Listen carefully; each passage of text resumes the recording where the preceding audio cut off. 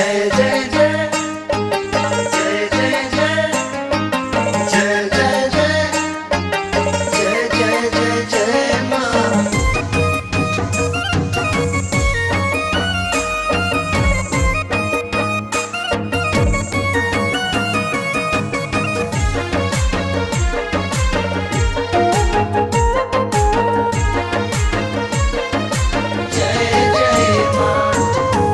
महिमा तेरी सबसे निराली, सारे जगत की कर रखवाली। जय जय जय ओ मैया जय जय जय।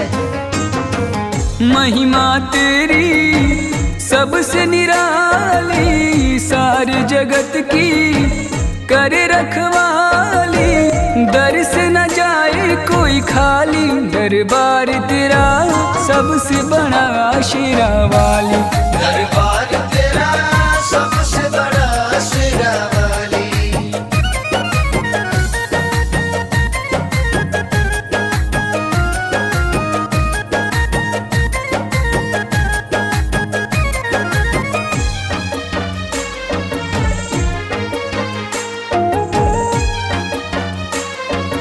जय जय माँ। कृपा मैया करती हो कष्ट सारे हरती हो। हे जग जननी भंडार सारे भरती हो। जय जय जय जय जय जय माँ। कृपा मैया करती हो कष्ट सारे हरती हो। हे जग जननी भंडार सारे भरती हो। लक्ष्मी दुर्गा तू ही काली, दरबार तेरा सबसे बड़ा शेरों वाली। दरबार तेरा सबसे बड़ा शेरा वाली।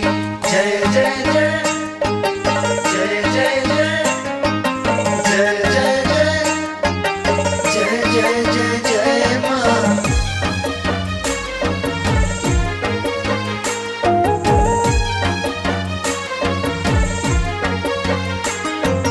चित में तू, मन में तू, धरती में, गगन में तू।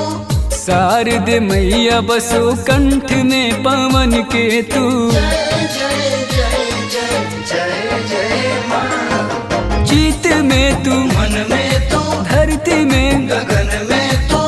शारद मैया बसो कंठ में पवन के तू। भक्तों में भर दे खुशहाली, दरबार तेरा सबसे बड़ा शेरों वाली। दरबार तेरा सबसे